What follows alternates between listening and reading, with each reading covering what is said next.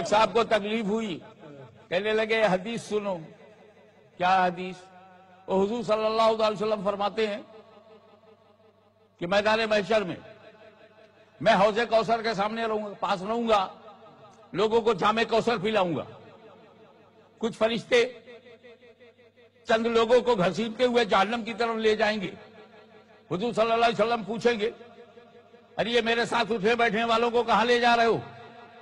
تو فرشتے کہیں گے، یا رسول اللہ، آپ نہیں جانتے کہ آپ کے بعد انہوں نے کیا کیا بدعت ہے، کیا کیا گمراہیاں کی ہیں، اس لیے لے جا رہا ہوں۔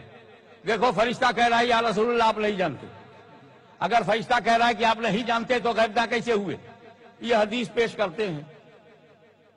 اپر چیمبر خالی ہے، زبان پہ جو رکھ دیا گیا وہی لفظ استعمال ہو رہا ہے، اس کا سیدھا کنیکشن وزڈم سے نہیں ہے، نہ اوپر وزڈم ہے نہ نیچے وزڈم ٹیتھ ہے۔ ایسے الفاظ ہیں جس میں صرف ٹیس ہے۔ آپ غور فرمائے، میں نے کہا اسی حدیث سے علم غیب ثابت ہوتا ہے، اسی حدیث سے علم غیب ثابت ہوتا ہے۔ فرشتوں نے کہا یا رسول اللہ آپ نہیں جانتے آپ کے بعد کیا کیا انہوں نے ضلالتیں کی ہیں۔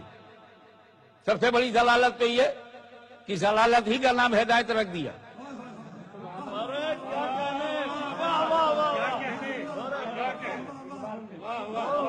بڑی بڑی ضلالتیں کی ہیں، ان میں ضلالت یہ ہے کہ ضلالت ہی کو ہدایت سمجھتے۔ آپ کے بعد انہوں نے بڑی بڑی گمراہیاں کی ہیں، آپ نہیں جانتے۔ میں نے پوچھا یہ فرشتے کب کہیں گے؟ کب محشر میں کہیں گے؟ اور میں نے کہا نبی کب کہہ رہا ہے؟ مدینے میں کہہ رہا ہے۔ ابھی نبی مدینے میں ہے اور محشر کا واقعہ بیان کر رہے ہیں۔ میں کوثر پہ رہوں گا، یہ غائب ہے۔ میں کوثر کا جام پلاتا رہوں گا، یہ بھی غائب ہے۔ فرشتے سامنے سے کچھ لوگوں کو لے جائیں گے، یہ بھی غائب ہے۔ اور فرشتے کہیں گے یا رسول اللہ آپ نہیں جانتے، یہ نبی پہلے ہی سے جانتے ہیں۔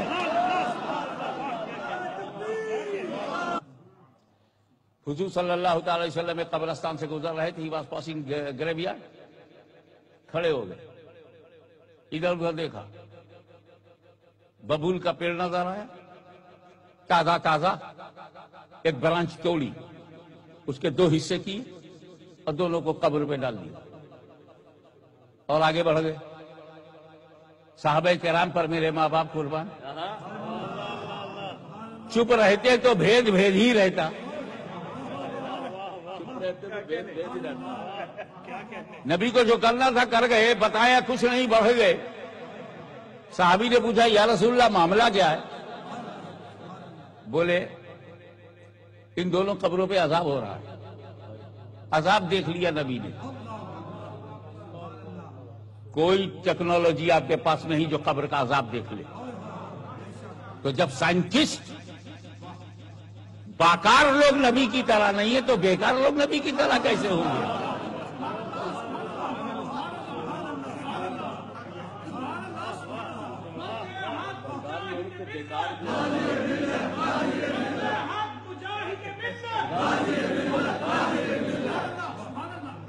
I would like to invite your full attention.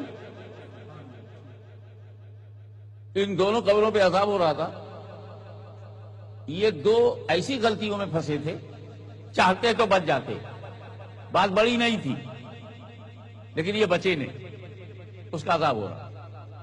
یہ بھی بتا دیا کس چیز سے نہیں بچے۔ بولے ایک جب پیشاب کرتا تھا تو پیشاب کی چھینٹوں سے نہیں بچتا تھا، کیئرفل نہیں تھا، چھینٹیں پڑ جائیں پرواہ نہیں۔ اور دوسرا چغلی کرتا تھا،